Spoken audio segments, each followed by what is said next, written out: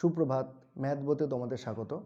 আজকের ক্লাসে আমরা মাধ্যমিক গণিতের ভেদ অধ্যায় থেকে স্পেশাল টাইপের একটা অঙ্ক করে নেব। চলো দেখে নিই। প্রশ্নটা তোমরা নিচে দেখতেই পাচ্ছ, আমি একবার পড়ে দিচ্ছি। কোনো হোস্টেলের সাপ্তাহিক খরচের কিছু অংশ ধ্রুবক এবং কিছু অংশ ছাত্র সংখ্যার সাথে সরলভেদে আছে। 120 জন ছাত্র থাকলে খরচ হয় 2000 টাকা, 100 জন ছাত্র থাকলে খরচ হয় 1700 টাকা। মোট 1880 টাকা খরচ হলে ছাত্র সংখ্যা নির্ণয় করো। চলো তাহলে দেখে নিই অঙ্কটা কীভাবে করতে হবে। প্রথমেই আমরা ধরে নিচ্ছি ছাত্র সংখ্যা এবং মোট খরচ।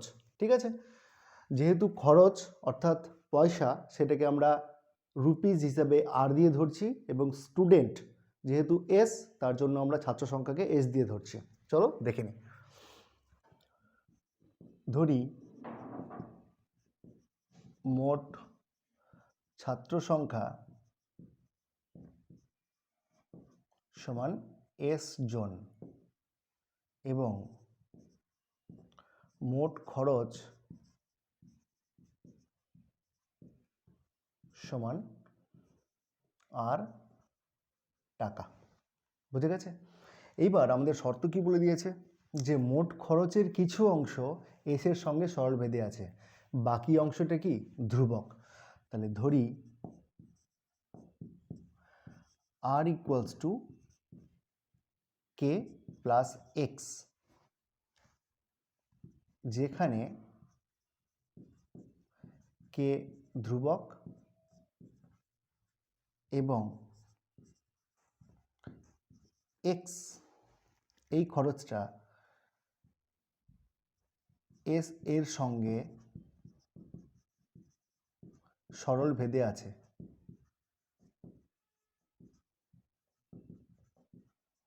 ঠিক আছে, অতএব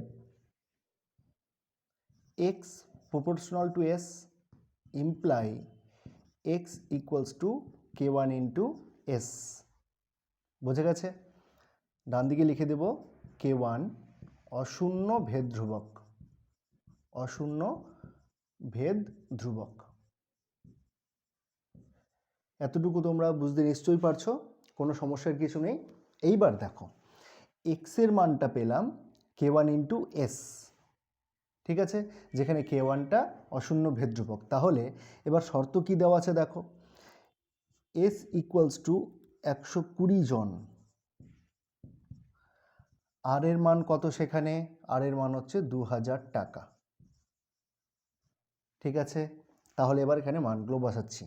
দেখো, এস এর মান হচ্ছে 120, তাহলে এক্স এর মান কত হবে? 120 ইন্টু কে ওয়ান।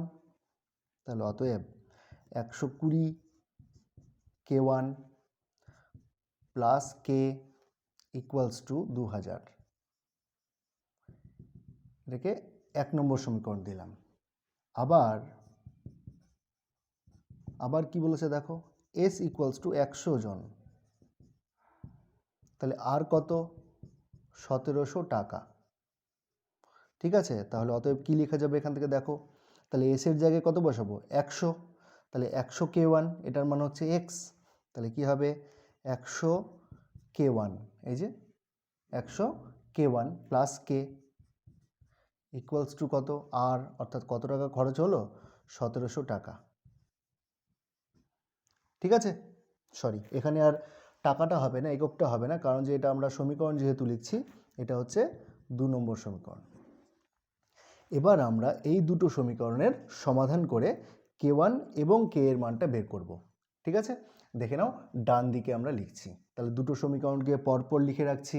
তাহলে 120 K one plus K equals to 2000, আরেকটা আছে 100 K one plus K equals to 1700।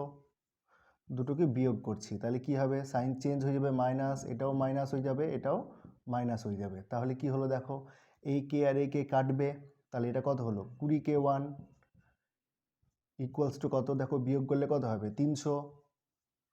Imply K one equals to কত হলো দেখো? 15। কে ওয়ান ইকুয়ালস টু 15। এবার যে কোনো একটাতে আমরা কে ওয়ানের মানটা বসাবো। তাই লিখছি 2 নং সমীকরণে K1 ইকুয়ালস টু 15 বসিয়ে, ঠিক আছে, K1 এর মানটা আমরা 2 নম্বর সমীকরণে বসাচ্ছি।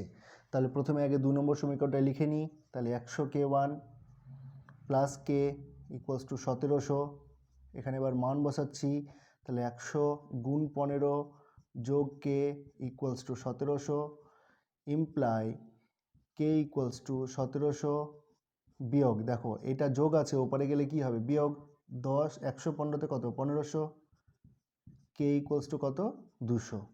তাহলে আমরা পেয়ে গেলাম K1 এর মান 15 আর কে এর মান 200। তাহলে দেখো এইবার আমরা লিখতে পারবো এইখান থেকে, অতএব আর ইকুয়ালস টু কে এর মান কত 200, তাহলে 200 যোগ এক্স এর মান কত K1 ইন্টু এস, তাহলে K1 এর মান কত 15 এস। বোঝা গেল?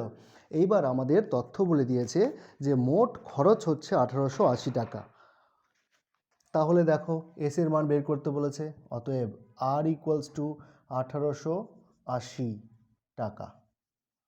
এখানে মানগুলো বসাচ্ছি, তাহলে কি দাঁড়াবে 200 plus 15s equals to 1880 imply 15s equals to 1880 থেকে 200 বিয়োগ করলে কত হয় 1680 ইমপ্লাই এস ইকুয়ালস টু, তাহলে 15 দিয়ে কাটাকুটি করতে হবে, 1680 ভাগ 15, 15 দিয়ে কাটাকুটি করছি, তাহলে 15 একে 15, 1 18, 15 একে 15, 3 30, 15 দিয়ে 30 ইমপ্লাই এস ইকুয়ালস টু 112।